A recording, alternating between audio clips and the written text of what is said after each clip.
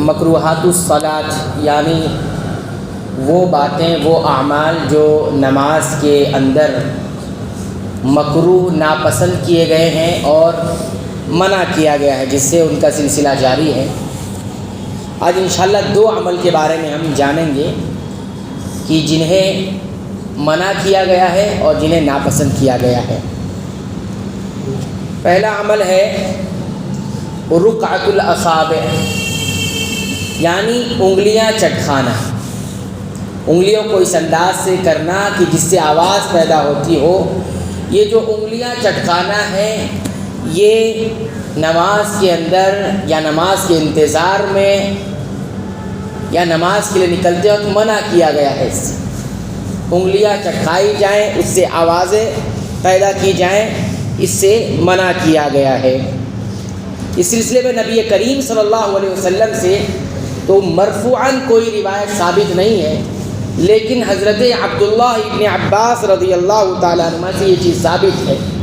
واقعہ کچھ یوں ہے کہ شعبہ جو ابن عباس رضی اللہ تعالیٰ عنہ کے آزاد کردہ غلام ہے، وہ روایت کرتے ہوئے کہتے ہیں کہ ایک مرتبہ میں نے حضرت عبداللہ ابن عباس رضی اللہ تعالیٰ عنہ کے بازو میں نماز ادا کی، بغل میں نماز ادا کی، اور نماز میں نے کیا کیا، اپنی انگلیاں چٹکانے لگا۔ جس طرح سے انگلیاں چٹکاتے ہیں لوگ، اس طرح سے میں نے انگلیاں چٹکائے، انگلیوں سے آواز پیدا کی۔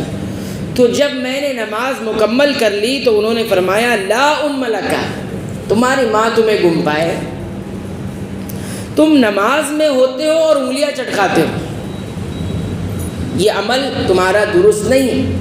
نمازوں کے اندر انگلیاں چٹکائی جائیں، یہ عمل آپ کا درست نہیں ہے۔ اس روایت کو ابن ابی شیبہ نے اپنی مصنف کے اندر ذکر کیا ہے اور علامہ البانی رحمہ اللہ نے اسے صحیح قرار دیا ہے۔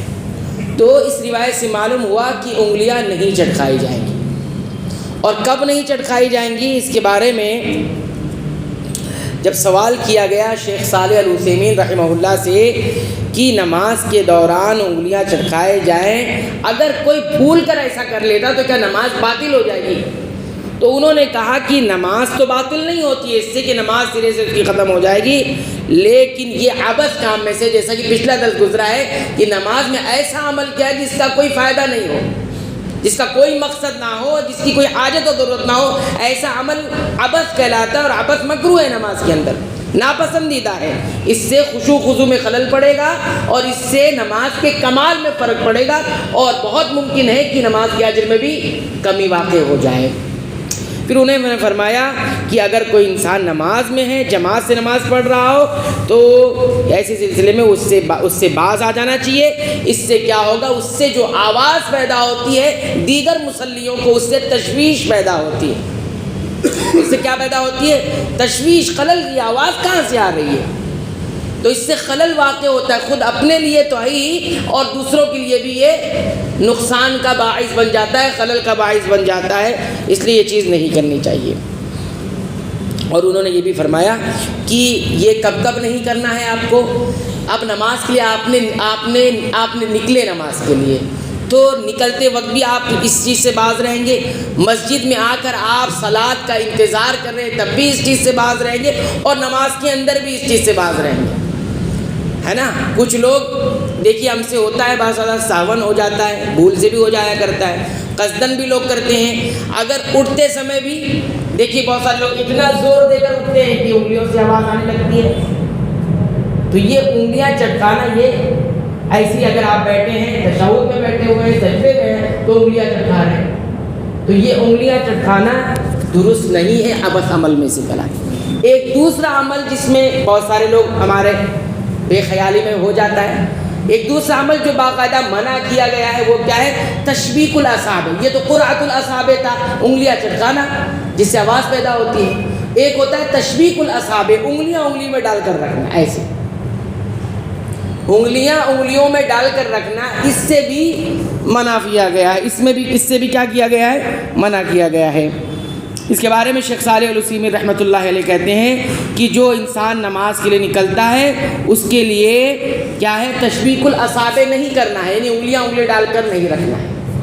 اور اسی طرح وہ نماز کے لیے مسجد میں بیٹھا ہوا انتظار کر رہا ہے تب بھی نہیں یہ کرنا ہے، اور نماز کے اندر ہے تب بھی یہ نہیں کرنا. اس سے خود نبی کریم صلی اللہ علیہ وسلم نے منع فرمایا. اس کے لیے مرفوعاً حدیث موجود ہے اور اس کے لیے موقوفاً روایت ہے. یعنی حضرت عبداللہ ابن عباس کا یہ فرمانا ہے کہ یہ چیز نہیں کرنا. لیکن اس کے لیے خود نبی کریم صلی اللہ علیہ وسلم کا فرمان ہے کہ نماز جاتے وقت بھی ایسے نہیں کرنا ہے, نماز کے انتظار میں اگر بیٹھے تو بھی ایسے نہیں بیٹھنا ہے, اور اس طرح نماز کے اندر بھی آپ انگلیوں کو ایسے کر کے تشبیک الاصابع, ایک ہاتھ کی انگلی دوسری ہاتھ کی انگلیوں میں ملا دینا. تو اس سے بھی منع فرمایا گیا ہے, اس سے بھی نہیں کیا جانا چاہیے, یہ بھی منع کیا گیا ہے. اور یہ ادب کے خلاف بتایا گیا ہے. ادب میں یہ بات نہیں آتی ہے کہ انسان اس طرح سے نماز کے جاتے وقت, نماز کے انتظار میں یا نماز کے اندر ایسا کرے. تو یہ دو عمل ہے, ایک انگلیاں چٹکانا, اس سے بھی بچنا چاہیے, اور دوسری جو ہے وہ تشبیک الاصابع, انگلیوں کو انگلیوں میں ڈال کر رکھنا, اس سے بھی منع کیا. بہت سارے لوگ جو ہوتے ہیں ہمارے پھر بھائی یا ہم میں سے لوگ ایسا نماز کی بات بیٹھ جاتے ہیں, ایسا نہیں, بلکہ تسبیح آپ بھی لیں, اس کو مشغول رکھیں تاکہ یہ ساری چیزیں نہ ہو سکے. اس سے بھی منع کی, اس سے تو نبی کریم صلی اللہ علیہ وسلم نے منع کیا.